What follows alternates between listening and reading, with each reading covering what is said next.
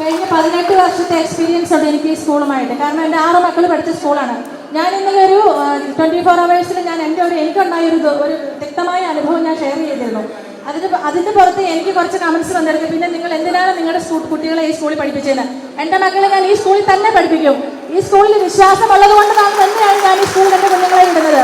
എൻ്റെ സ്കൂളിൽ പൂട്ടിയിട്ട് എൻ്റെ മക്കളെ പുറത്ത് കൊണ്ട് വിടാനല്ല ഞാനിവിടെ വന്നത്. എൻ്റെ സ്കൂൾ നന്നായി പോകാൻ വേണ്ടിയിട്ടാണ്. ചില പുഴുക്കുത്തുകൾ ഉണ്ടായിരുന്നത് ഞങ്ങൾ ചൂണ്ടിക്കാണിച്ചു, അല്ലാതെ കണ്ട അതുപോലെ തന്നെ ഈ സെന്റ് ഡൊമിനിക് സ്കൂളിനെതിരായിട്ടോ ഇവിടെ ഇരിക്കുന്ന ഒരു സിസ്റ്ററിനെതിരായിട്ടോ അച്ഛന്മാർക്കെതിരായിട്ടോ അല്ല ഞാൻ സംസാരിച്ചത്. ഇന്നലെ എനിക്ക് വന്ന ഒരു ഫോൺ ഇതായിരുന്നു, നിങ്ങൾ അച്ഛന്മാർക്കും സിസ്റ്റർമാർക്കും വരെ സംസാരിച്ചു. ഞാൻ ചവിട്ടി നിൽക്കുന്ന മണ്ണാണ് അച്ഛന്മാരും സിസ്റ്റർമാരും ഉൾപ്പെടുന്ന സഭ. അതിനെ ഞാൻ കുറ്റപ്പെടുത്തിയിട്ടില്ല. പക്ഷെ ഇവിടെ നിന്നുണ്ടായ ചില തിക്തമായ അനുഭവങ്ങൾ ഞാൻ ചൂണ്ടിക്കാണിച്ചു. ഞാനത് മുന്നേ ഞാൻ പുറത്ത് പറയേണ്ട കാര്യങ്ങൾ ഞാൻ മൂടി വെച്ചത് കൊണ്ടാണ് ഇന്നലെ ഈ കുഞ്ഞിനുൾപ്പെടെയുള്ള ഒരു പ്രശ്നം ഇവിടെ ഉണ്ടായത്. എൻ്റെ കുഞ്ഞിനുണ്ടായ അനുഭവം ഞാൻ ഇപ്പോൾ ഇവിടെ ഇരിക്കുന്ന സ്റ്റേസി സിസ്റ്ററിനെ വിളിച്ച് ഞാൻ പറഞ്ഞിരുന്നു. ഈ സ്കൂളിൽ പല പ്രശ്നങ്ങളും നടക്കുന്നുണ്ടെന്നും പ്രിൻസിപ്പാളിന്റെ ഭാഗത്തുനിന്ന് പേരൻസിനും കുട്ടികൾക്കും മാനസികമായ ചില ബുദ്ധിമുട്ടുകൾ ഉണ്ടാകുന്നുണ്ട്. അമ്മയെ അതൊന്ന് ശ്രദ്ധിക്കണം. ഞാൻ അമ്മയെ എന്ന് വിളിച്ചിട്ടാണ് സംസാരിച്ചത്. അമ്മയെ ഇതൊന്ന് ശ്രദ്ധിക്കണം. നിങ്ങൾക്ക് ഇത് പറ്റുന്നില്ലെങ്കിൽ ഞാനൊരു പോലീസിൽ പരാതിപ്പെടുമെന്ന് പറഞ്ഞിട്ടില്ല. ഞാനൊരു രാഷ്ട്രീയക്കാരെ സമീപിക്കുമെന്ന് പറഞ്ഞില്ല. പാലക്കാട് രൂപതയുടെ അധ്യക്ഷൻ പിതാവിനെ ഞാൻ സമീപിക്കുമെന്ന് പറഞ്ഞപ്പോൾ നിങ്ങൾ എന്തോ ആയില്ലോ, എനിക്കത് പ്രശ്നമല്ലാന്ന്. അന്ന് ഒരു ഇച്ചിരി പരിഗണന എൻ്റെ വാക്കിൽ കൊടുത്തിരുന്നെങ്കിൽ ഒരു കുഞ്ഞിനെ ജീവനോട് നഷ്ടപ്പെടത്തില്ലായിരുന്നു. ഇന്ന് നമ്മൾ ആരും ഇവിടെ വരേണ്ടി വരില്ലായിരുന്നു. സെന്റ് ഡൊമിനിക് സ്കൂൾ ഒരിക്കലും താഴെ പോകുന്ന സ്കൂളായിരുന്നില്ല. ചില പുഴുക്കുത്തുകൾ ഇവിടെ ഉണ്ടായിരുന്നു. പേരൻസിനെ ഒന്ന് ബഹുമാനിക്കാനോ അവർ വരുമ്പോൾ വേണ്ട രീതിയിൽ ബിഹേവ് ചെയ്യാനോ ഇവിടുത്തെ പ്രിൻസിപ്പാളിന് സാധിച്ചിട്ടില്ല. ഞാൻ ഈ എൻ്റെ കുഞ്ഞിനുണ്ടായ പ്രശ്നം ഈ പ്രൊവിൻഷ്യൽ അമ്മയോട് പറഞ്ഞതിന് പേരിൽ എനിക്ക് ഈ സ്കൂളിൽ കയറാൻ പോലും അനുവാദമില്ലായിരുന്നു. കഴിഞ്ഞ 1 മാസമായി സ്കൂളിൽ ഞാൻ വന്നത് ഇന്നലെയാണ് എൻ്റെ കുഞ്ഞുങ്ങൾ സ്കൂളിൽ ചേർന്നിട്ട്.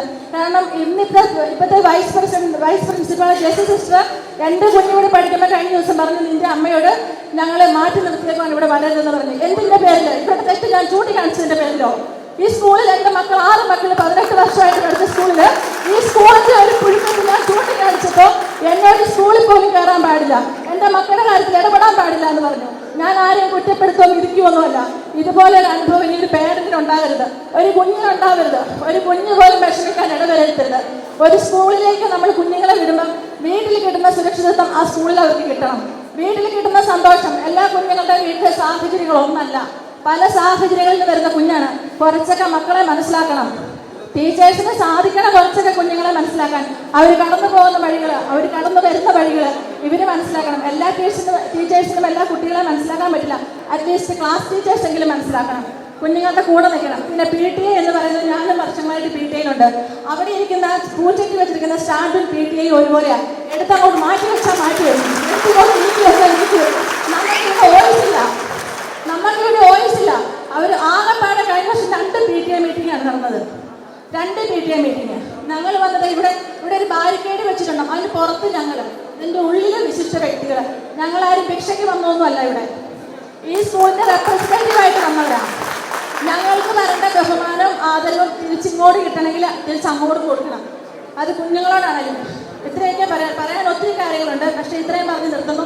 ആരെയും അപമാനിക്കുന്നില്ല, ആരെയും ബഹുമാനക്കുറവ് കാണിക്കുന്നില്ല. ചില മാറ്റേണ്ട കാര്യങ്ങൾ മാറ്റണം. ഈ സ്കൂൾ നല്ല രീതിയിൽ മുന്നോട്ട് പോകണം. പാലക്കാട് ജില്ലയിലെ ഏറ്റവും മികച്ച സ്കൂളുകളിൽ ഒന്നാണ് സെന്റ് ഡൊമിനിക്. അത് അങ്ങനെ തന്നെ എന്നും മുന്നോട്ട് പോകട്ടെ.